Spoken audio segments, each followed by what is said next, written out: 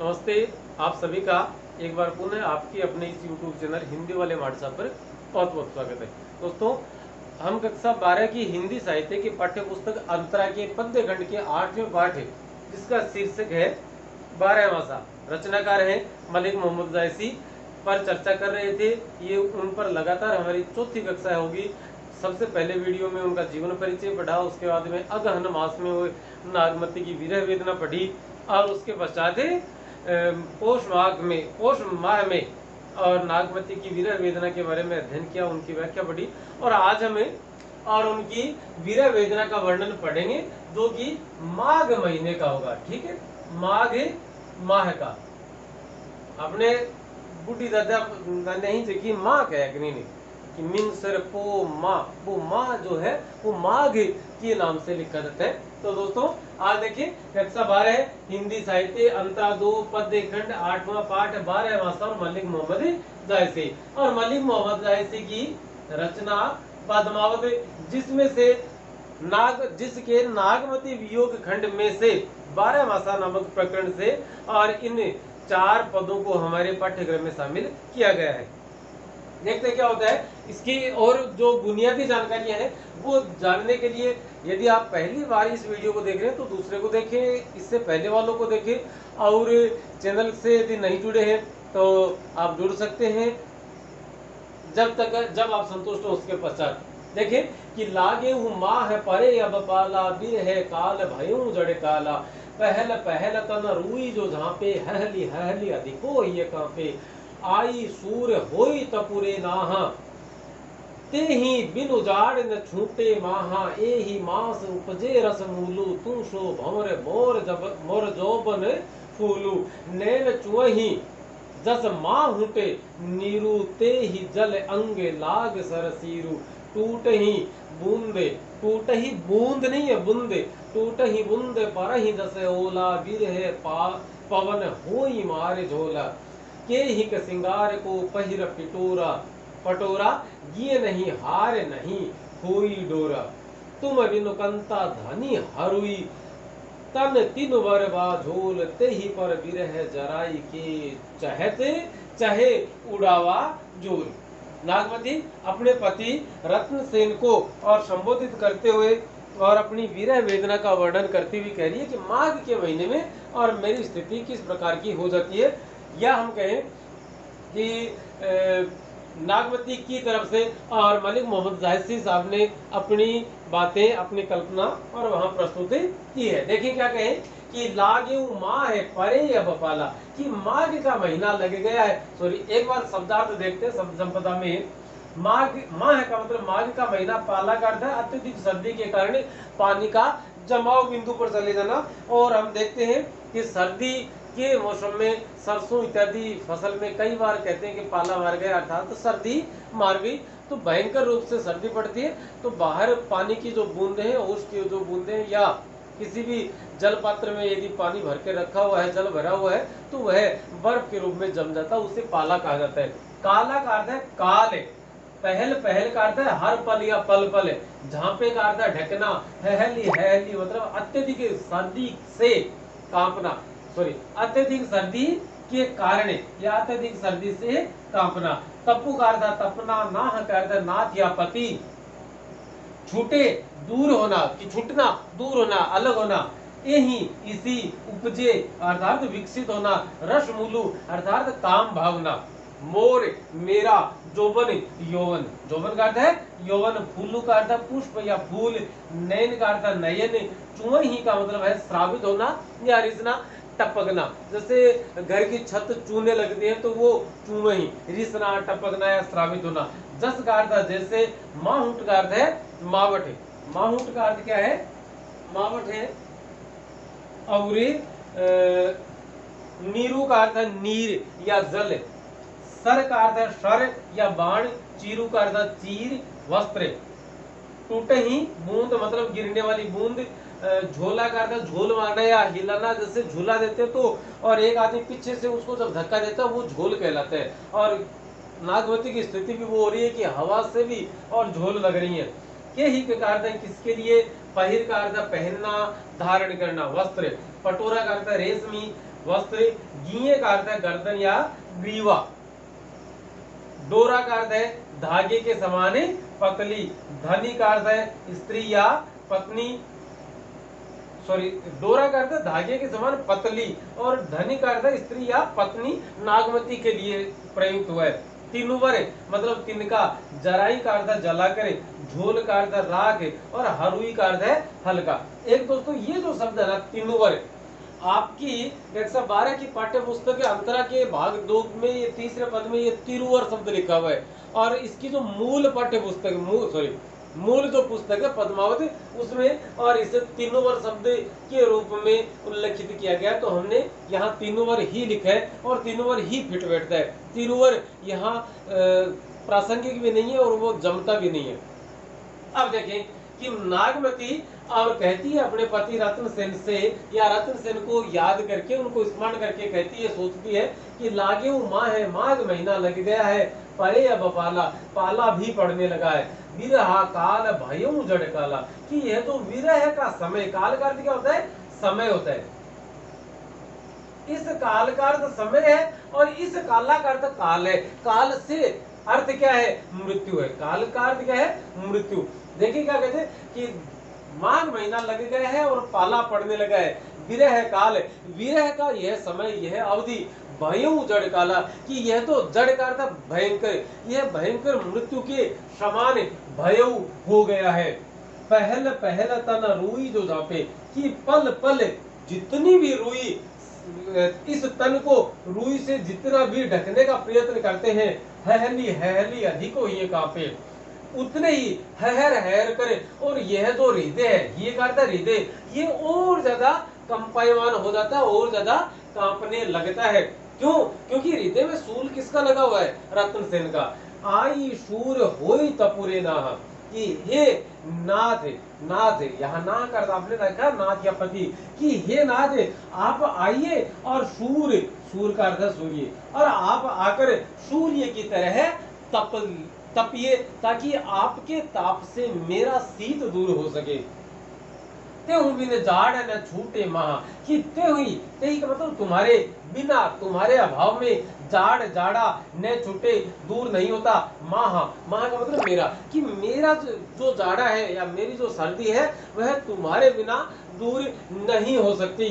यही मास उपजे रस मूलू, कि यही तो एक ऐसा महीना है वर्ष में जिसमें रस का मूल उपजता है या विकसित होता है। अर्थात यहाँ इसी में क्या होता है? उपजे, उपजे का अर्थ देखो, सॉरी हाँ, रस मूलू काम भावना और उपजे का अर्थ है विकसित होना, कि इसी महीने में तो और काम भावना विकसित होती है या समस्त प्रकार के या श्रेष्ठ जो रस है वह और जागृत होता है, विकसित होता है, जिससे कि पुष्प खिलते हैं। तू सो भंवर, कि तुम तो भंवर हो, मोर जोबन भूलू, और मेरा जो यौवन है वह पुष्प के समान है, मेरी जो जवानी है वह फूल के समान है। नैन चुही दस माहुट नीरो, कि नैन आंखें इस प्रकार से श्रावित हो रही हैं जैसे मावट के महीने में जल टपकता है। मावट के महीने में जिस पर मावट, सॉरी माहुट कहते हैं, माहुट कहते हैं वर्षा काल में होने वाली, अरे यार शीतकालीन, वर्षा मतलब शीतकालीन वर्षा को क्या कहा जाता है? मावट कहा जाता है। सर्दियों में जनवरी, दिसंबर, जनवरी, फरवरी में जो बरसात होती है उसे मावट कहते हैं, और पश्चिमी राजस्थान में इन्हें गोल्डन ड्रॉप्स के नाम से जाना जाता है, मतलब स्वर्ण बूंदे, फसल के लिए बहुत ज्यादा उपयोगी इन्हें माना जाता है। तो नागमती कहती है नैन चुही दस माहुट नीरू, की जो आंखें हैं वो मावट है, अर्थात सर्दी या शीतकालीन वर्षा के समान, और उनमें से जल स्रावित हो रहा है। ते ही जल अंग लाग सरे चिरू, और ते ही जल, और वही जल अंग लाग सर चिरू, और जब भी वह जल अंग लाग, अंग का अर्थ है शरीर, जब भी वह जल, कौन सा? ये वाला, तन से स्पर्श करता है तो ऐसा लगता है जैसे भयंकर ठंडा और वह इस शरीर को चीर रहा है। टूटे ही बूंद पर ही जैसे ओला, और जब बूंद ऊपर से टपकती हैं, आंखों से ये जो बूंदे टपकती हैं तो ऐसा लगता है पर ही जैसे ओला, कि जैसे ओले गिर रहे हैं। विरह पवन होई मारे झोला, और विरह रूपी पवन है यह मुझ पर और झोल मार रही है, अर्थात मुझे झुला रही है या मुझे धक्के की तरह मार रही है।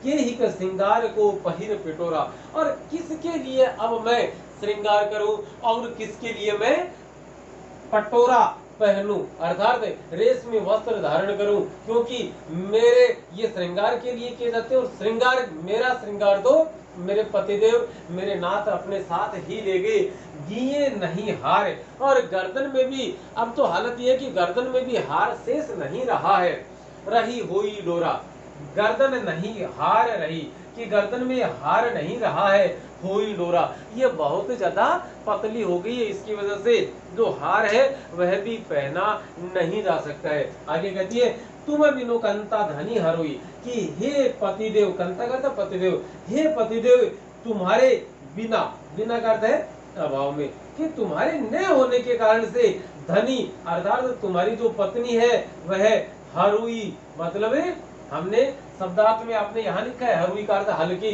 वह अत्यंत ही हल्की हो गई है। तने तीनू बरबा ढोल, कि तन है वह तिनके के समान और डोल रहा है, अर्थात अस्त व्यस्त हो गया है, बिखर गया है। यहाँ यदि तीनू शब्द होता तो उसका अर्थ बनता वृक्ष, और वृक्ष से मामला जमता नहीं। तो नागवती कह रही कि तन तीनों बार बा डोल, कि तन है वह तिनकों के समान हो गया और वह इधर उधर भटकता डोलता फिर रहा है।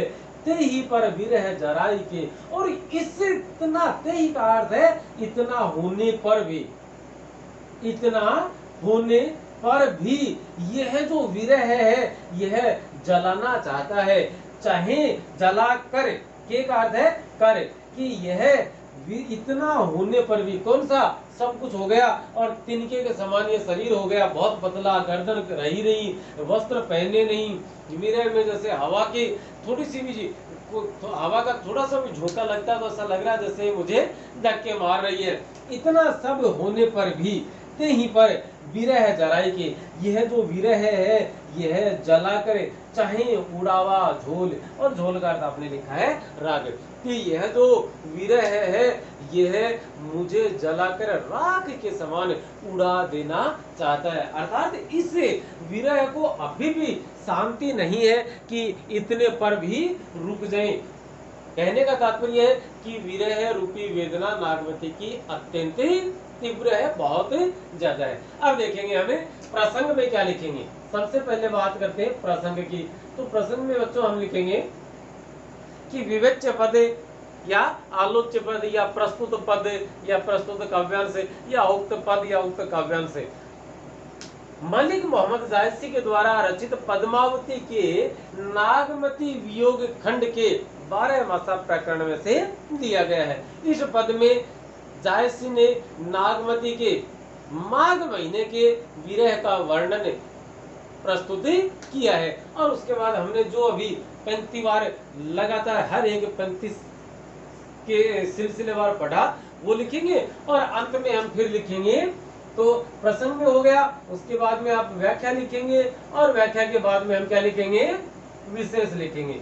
तो विशेष के लिए खास बातें, सबसे पहली बात है कि 12 भाषा या पूरे पद्मावत की भाषा कौन सी है, तो भाषा के लिए आप लिखेंगे अवधी भाषा। कौन सी भाषा है, अवधी भाषा। अवधी भाषा भी किस प्रकार की, तो ठेठ देहाती अवधी भाषा का प्रयोग किया गया है। दूसरा यहां लिख देते हैं हम, नंबर 1 पर तो आप भाषा लिखेंगे, तो भाषा अवधी है। उसके बाद में नंबर 2 पर आप रस लिख सकते हैं, तो यह रस जो है वह वियोग श्रृंगार रस है, ठीक है।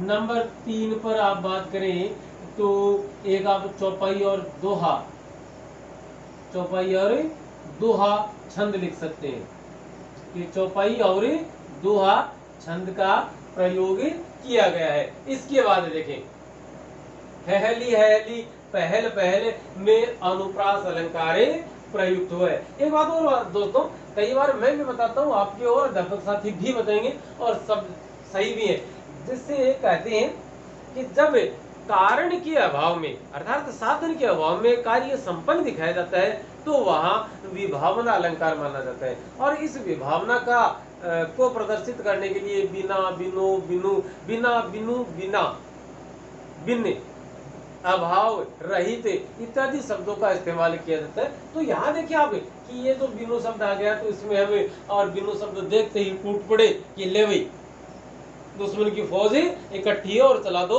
AK-47। नहीं, यहाँ क्या है, बिनु शब्द का अर्थ अभाव के अर्थ में ही प्रयुक्त हुआ है। काम नहीं हो रहा है ते ही बिनु कि तुम्हारे बिना जाड़ न छूटे मां, कि मेरा जाड़ा दूर नहीं हो रहा है।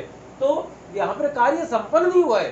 संपन्न न होने की वजह से यहाँ पर विभावना अलंकार करता ही नहीं माना जाएगा। नैन चुआही दस माहुट निरु, यहाँ पर उपमा अलंकार और पहिर पटोरा में अनुप्रास अलंकार। यहाँ भी तुम बिनो कंता धनी हरुई, यहाँ भी विभावना अलंकार नहीं है।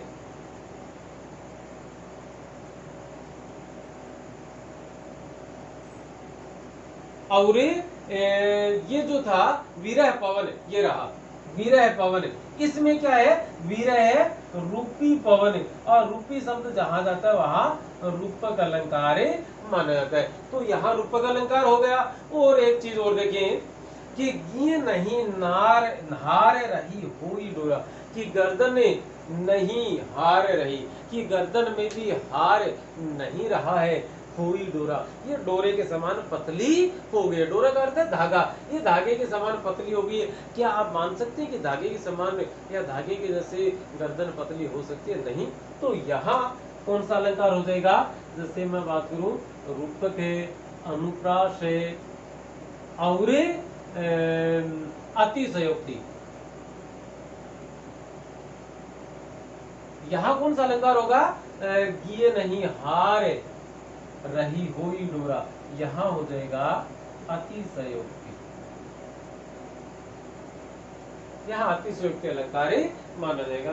तो दोस्तों आज की इस कक्षा में फिलहाल इतना ही, और अब चौथे पद के साथ कल आपसे फिर मुलाकात होगी, और उसमें हम फाल्गुन महीने में नागमती के विरह वेदना का वर्णन या विरह वेदना का वर्णन जो कि जायसी के द्वारा किया गया था की व्याख्या पढ़ेंगे। और उसके बाद इससे आगे के जो पाठ है लगातार इनके 12 पाठों का अध्ययन करने के उपरांत और भी इनके प्रश्नोत्तरों पर चर्चा करेंगे। परीक्षा के लिहाज से जो महत्वपूर्ण प्रश्न है उन पर बात करेंगे, और चलते रहेंगे लगातार हम और आप साथ साथ, आपका साथ फूलों का। तो दोस्ती बनाए रखें, चैनल से जुड़े रहें। सब्सक्राइब नहीं किया है तो कर लें, और अपने दोस्तों के साथ इसे शेयर करें। अगला वीडियो लेकर आए, तब तक के लिए धन्यवाद। जय हिंद।